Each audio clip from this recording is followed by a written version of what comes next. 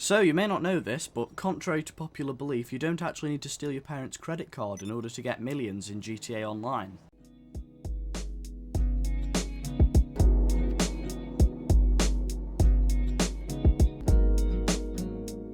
Hello, welcome back to another video, and in this video I'm going to be talking you through how I made my first $1 million in GTA Online and what I plan to do with it.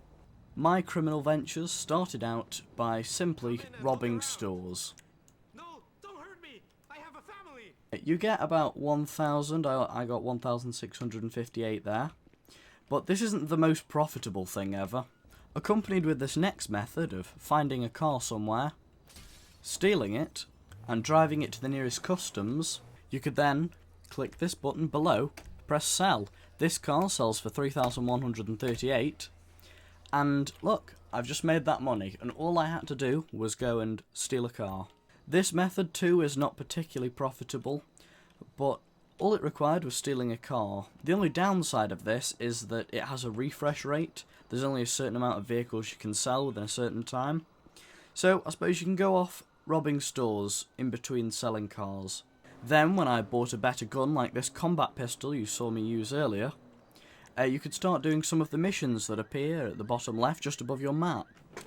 After I saved up enough money from petty theft, I bought myself a motorcycle clubhouse. With my new base of operations, I decided to set up some businesses. And before you ask, the best motorcycle, the jack of all trades, the best rounded off for speed, off-roading and all that, is definitely the Vortex, best for cost effectiveness as well. So the first business I bought was a counterfeit cash factory, which just happened to be the cheapest one at the time. Also bought a garage next door to it. Definitely a questionable purchase. What you're going to want to do as president is find yourself a friend, maybe someone you know in real life, maybe just an online stranger to help you do loads and loads of shipments of the cash factory.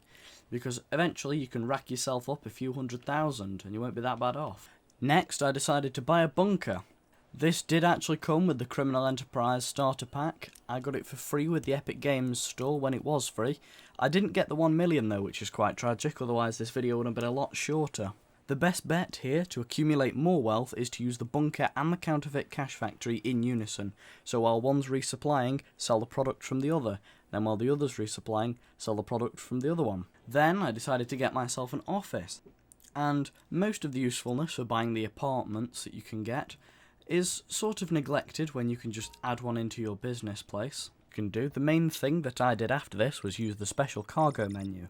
And while you're still in the early times of the game, you're going to want to buy the small crates here, like 1, maybe 2. However, later in the game you want to start buying the 3 warehouses. You're still going to be want to using your counterfeit cash factory and your bunker in order to buy yourself the CEO office, but also one of the warehouses.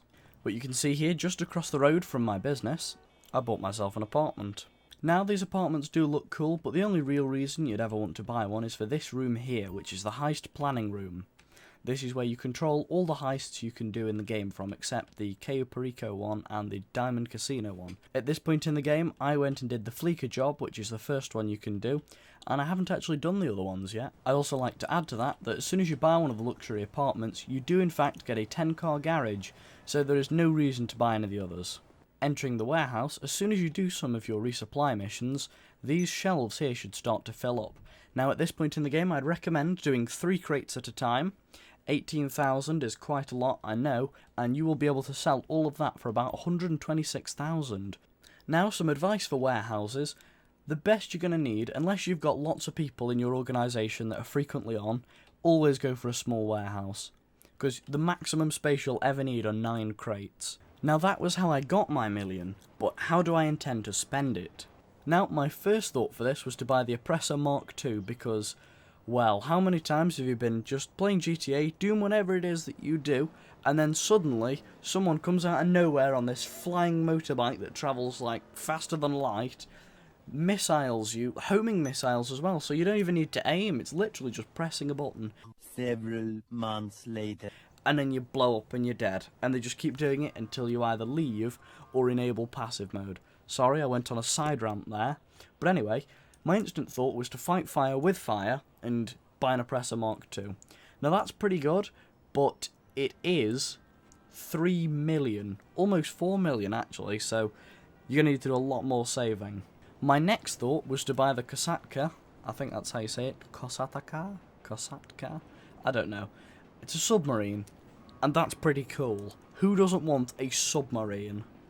So you can do the Cayo Perico heist with this, and I think that's pretty cool because you get a few million back. I think you get 2 million per complete run of the heist. So it earns its way back after 2 goes of the heist. And you can eventually earn your investment back. But right now, the bare thing without anything on it is 1,650,000. And that's like without adding all these funky bits on. Alternatively, you could spend it on Southern San Andreas and buy one of these funky cars here, like this one that they recently added, which is just like 1 million. Why would you pay 1 million for a glorified ramp? Or you could buy yourself one of these massive 6 million super yachts to prove to the world that you are compensating for something. Anyway, thank you very much for watching me ramble on for a little while. If you enjoyed this video, please like and subscribe. It makes me feel better about myself. Please turn notifications on as well, because then you get notified of my videos. And why wouldn't you want that? Exactly. Anyway, that's it from me. Thank you very much for watching. Goodbye. This is Tony Prince, you know, the Tony Prince. Then I decided to get myself an office. Will you shut up? Jesus, some people are so inconsiderate. I'm trying to record a video and you're just telling me about your friend Samantha.